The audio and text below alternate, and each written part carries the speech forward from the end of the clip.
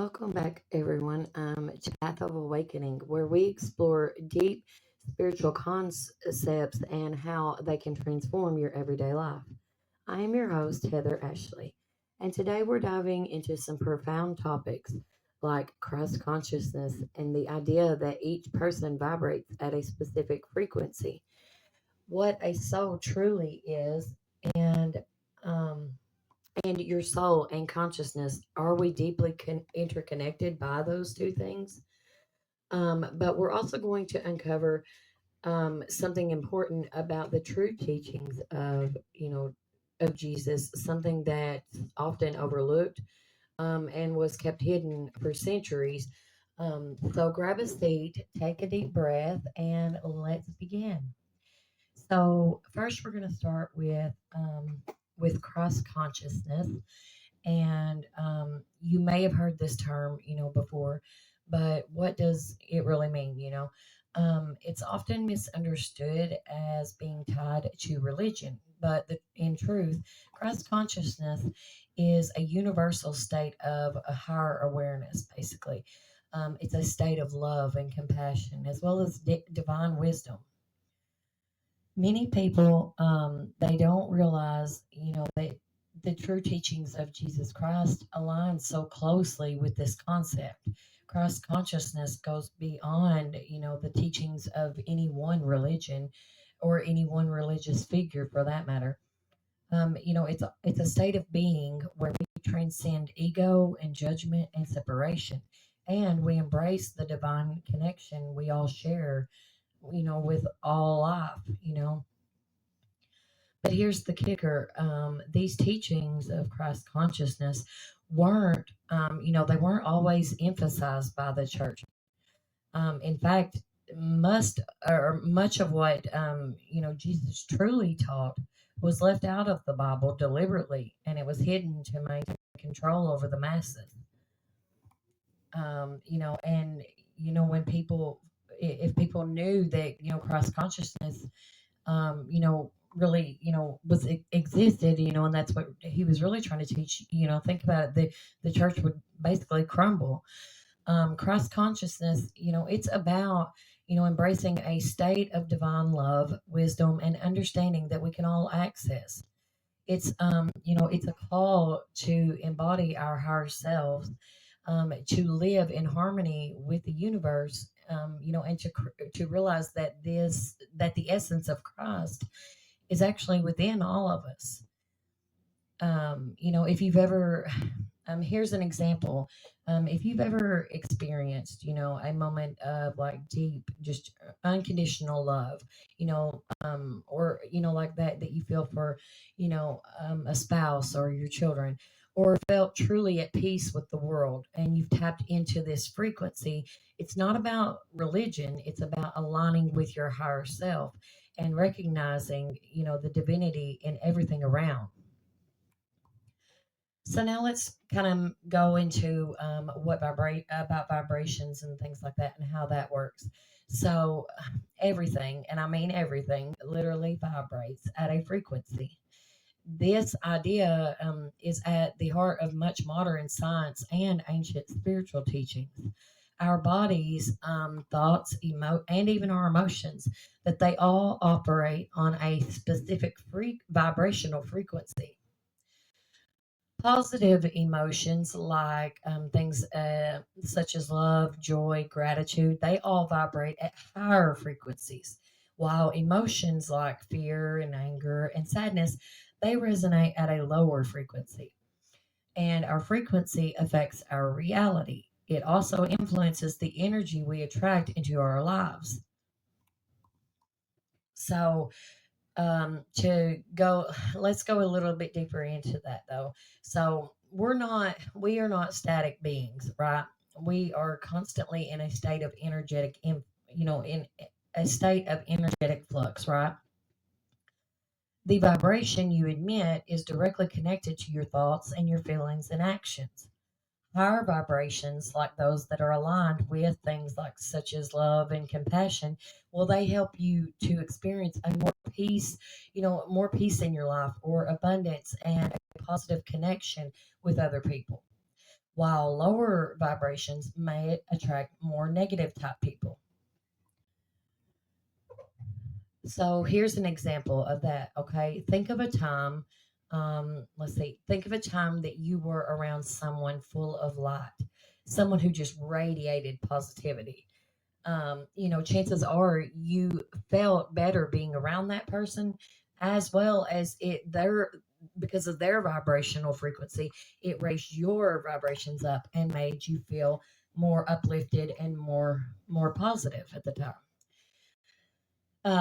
Conversely, when you're around someone who is angry or anxious, though, it can leave you feeling kind of drained or heavy, and that's because of they're vibrating at such a low frequency. Okay, so now let's talk about what your soul truly is. Like what a soul really is.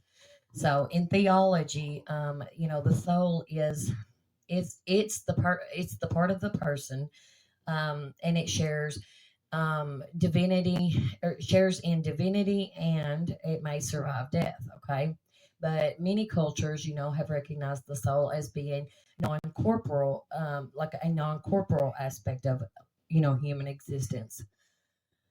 Different religions, though, have different beliefs, and so do different philosophies, and they have developed various theories about the nature of the soul.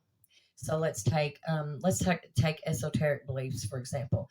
They believe that your soul reincarnates multiple times, and when your soul is first born into existence, it makes agreements with other souls, known as soul contracts, which suggests that your whole entire every lifetime you'll ever live, they're all predetermined before you ever even live that one life. So everything that's supposed to happen to you, and everybody that's supposed to be in your life, like your family and your lessons and relationships, and even your traumas and things like that, everything would go, you know, everything you would ever go through was already determined by you for you. And then let's take Buddhism and Hinduism. They believe that you reincarnate, but they believe that you reincarnate thousands of times, because the whole purpose of reincarnation is to right your wrongs and basically make your soul be at a place of, like, where there's no bad at all, consisting of your soul. So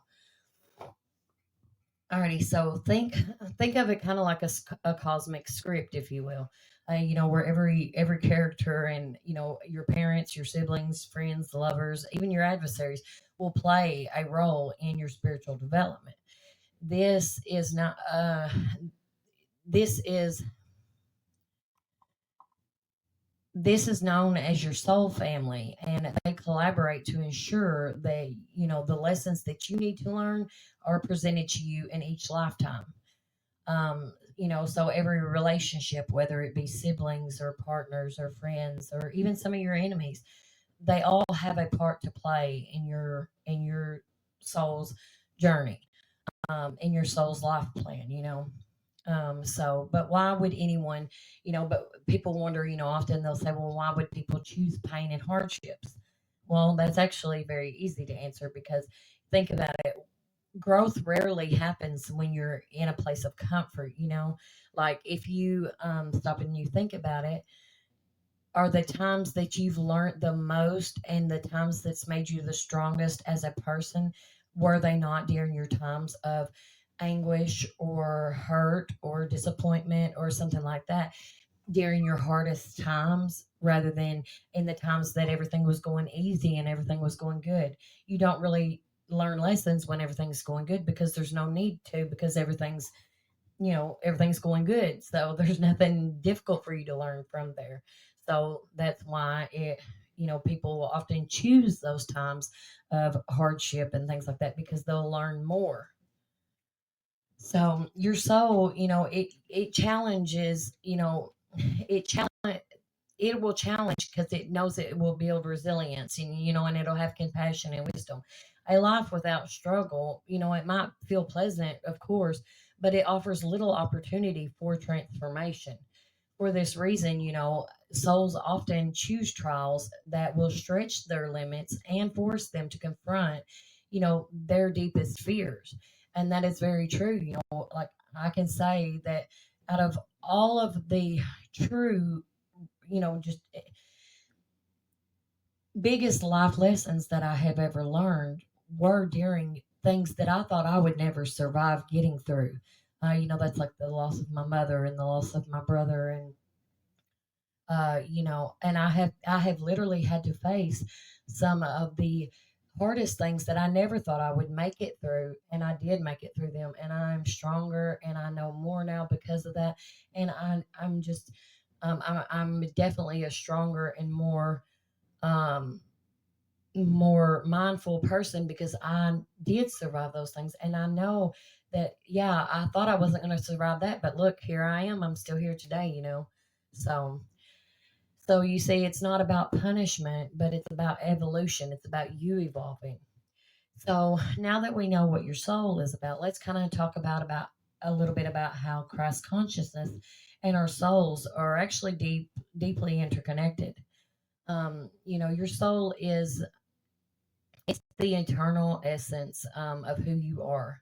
It's the divine spark that transcends this physical body, right? And Christ consciousness, it's a state of awareness where we connect, to that higher divine truth, both within ourselves and within others as well. What many people don't realize is that the core teachings of Jesus weren't about his divinity. In fact, he actually rarely took credit for any of that. They were about unlocking the divinity within all of us. His life and his teachings were a model for embodying Christ consciousness, living in alignment with the highest truth and also with love and compassion and unity. Um,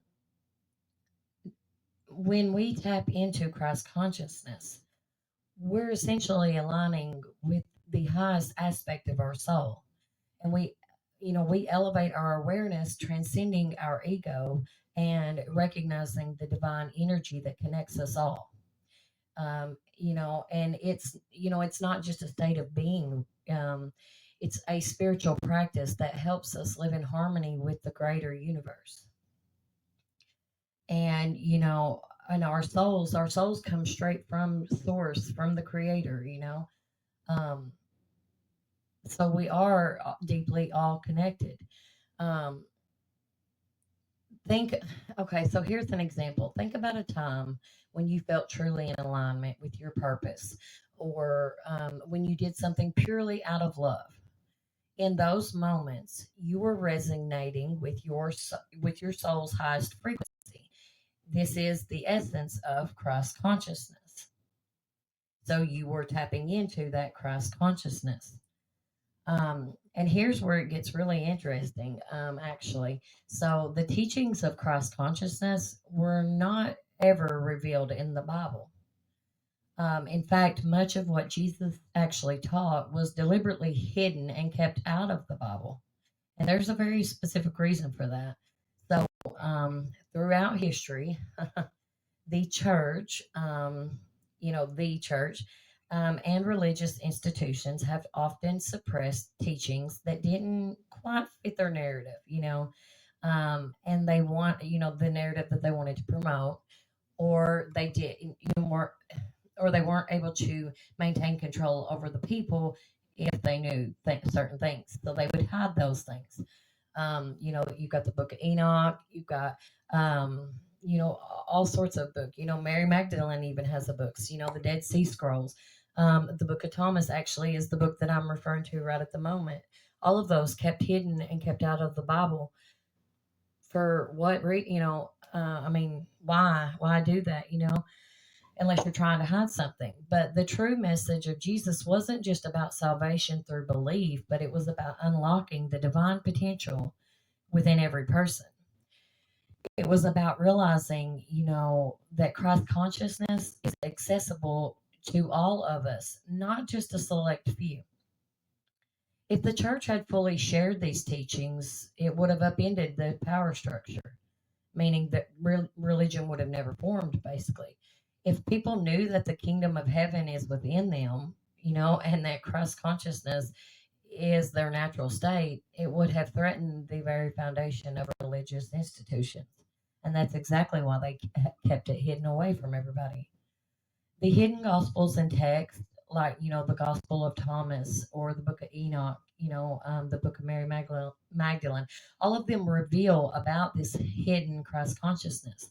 The teachings that were left out of the canonical Bible, these texts show that Jesus encouraged self realization, inner divinity, as well as direct connection, as a direct connection with the divine through Christ consciousness, not through external rituals or institutions.